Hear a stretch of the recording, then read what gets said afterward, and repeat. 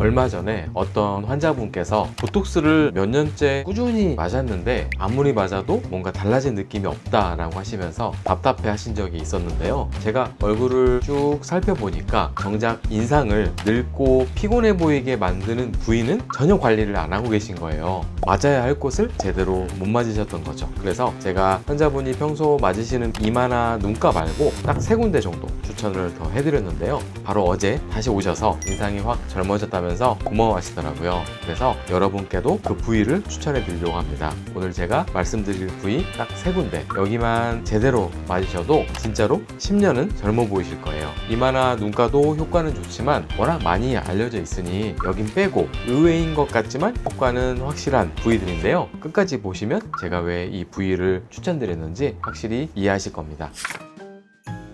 보톡스, 정확하게는 보툴리늄 톡신이라는 성분인데요. 이게 신경과 근육 사이의 신호 전달을 차단해주는 역할을 합니다. 쉽게 말하면 뇌에서 이 근육 움직여 하는 명령을 보내도 그 근육이 신호를 받지 못하게 막아버리는 거예요. 근육이 움직이지 않으니까 피부가 접히지 않고 주름이 만들어지지 않는 원리죠. 그래서 보톡스는 주름을 직접 채워주는 시술이 아니라 주름을 만드는 원인 자체를 차단해주는 시술에 가깝습니다. 제가 이걸 설명드린 이유는 보톡스의 원리를 알아야 왜 특정 부위에 맞아야 효과가 극대화되는지 이해가 훨씬 잘 되실 거거든요. 자, 그럼 지금부터 주름 잡는 의사가 추천하는 3곳 하나씩 설명해 드릴게요.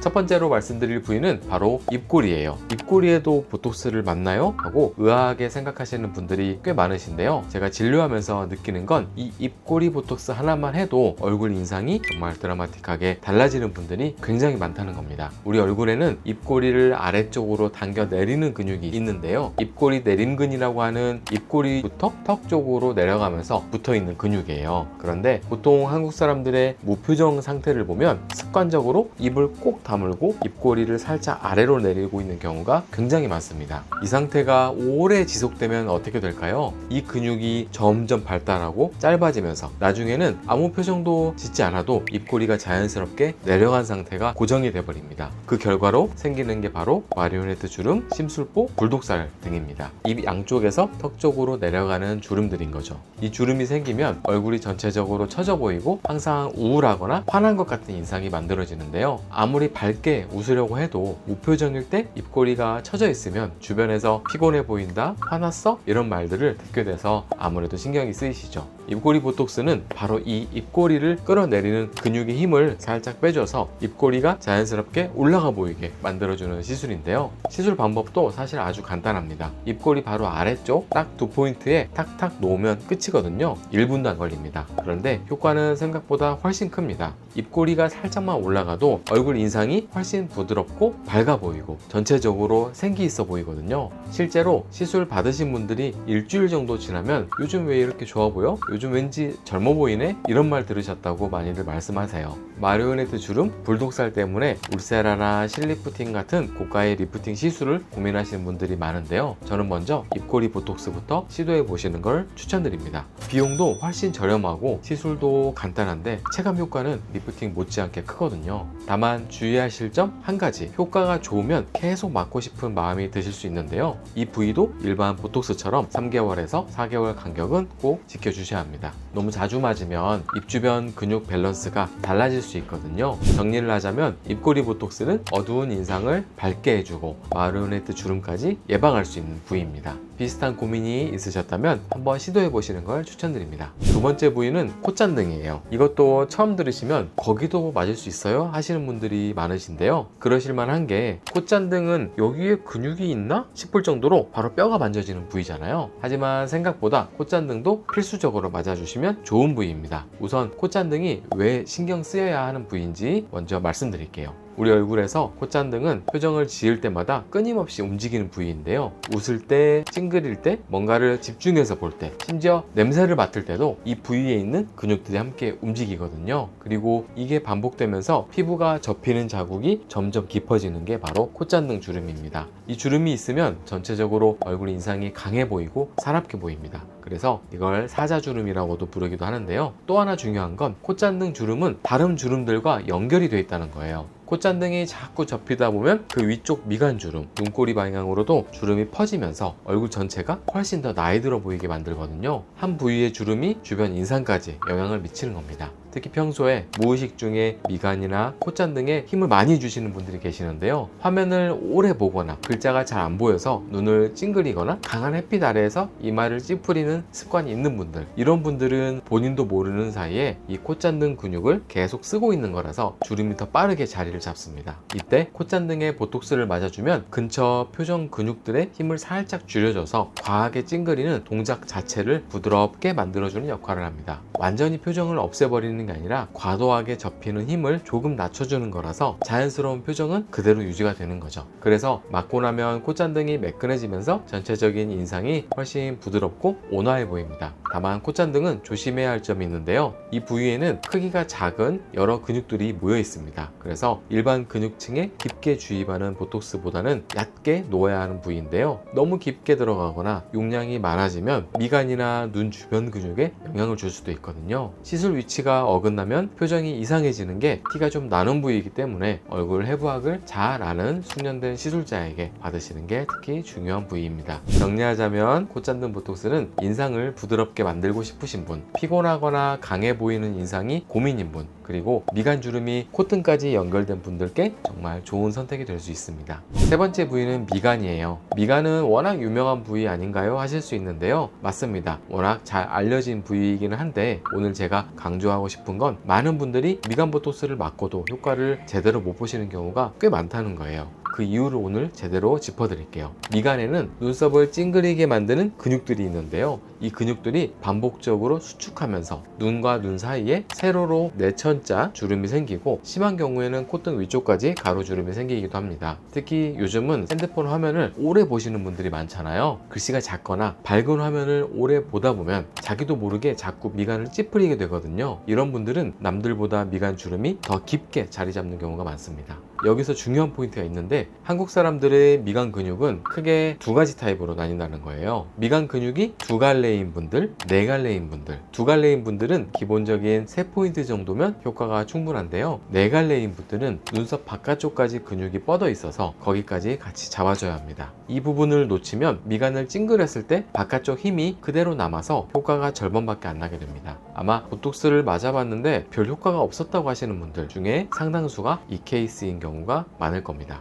제대로 된 시술을 받으려면 시술 전에 인상 한번 찡그려 보세요 하고 근육의 움직임을 눈으로 직접 확인하는 게 꼭 필요합니다. 이 동작으로 미간 근육이 두 갈래인지 네 갈래인지 바깥쪽까지 근육이 뻗어 있는지 이 정도는 어느 정도 파악을 할 수 있거든요. 미간 보톡스를 제대로 맞으면 우선 인상을 찡그려도 예전처럼 힘이 들어가지 않는 느낌이 들고 서서히 세로 주름이 옅어지기 시작합니다. 물론 이미 깊게 파인 주름이 있는 분들은 보톡스만으로는 100% 펴지진 않습니다. 그럴 때는 필러 같은 다른 시술과 병행하는 것도 방법입니다. 하지만 꾸준히 3-4개월 간격으로 유지하다 보면 이미 생긴 주름도 서서히 옅어지는 걸 느끼실 수 있습니다. 또 미간 보톡스는 인상 개선 외에도 두통에 도움이 된다는 분들도 꽤 계시는데요. 긴장성 두통이 있는 분들 중에 미간 근육을 자꾸 수축시키는 습관이 있는 경우가 많거든요. 이 근육의 긴장이 풀리면서 두통이 줄었다고 하시는 분들이 흔하진 않아도 간혹 있습니다. 마지막으로 미간 보톡스에 주의할 점은 미간 근육이 눈꺼풀을 올리는 근육과 아주 가까이 붙어 있다는 거예요. 그래서 보톡스가 과하게 들어가거나 방향이 잘못되면 눈꺼풀이 내려와서 눈이 감기는 부작용이 생길 수가 있습니다. 또 눈 뜨는 힘이 원래 약하신 분들, 소위 안검하수가 있는 분들은 아마 이마 근육을 대신 써서 눈을 뜨는 보상작용을 하고 있는 경우가 많은데요. 이런 분들이 미간 보톡스를 맞으면 일시적으로 눈이 더 무겁게 느껴질 수가 있으니까 반드시 상담 시에 이 부분을 먼저 확인하셔야 합니다.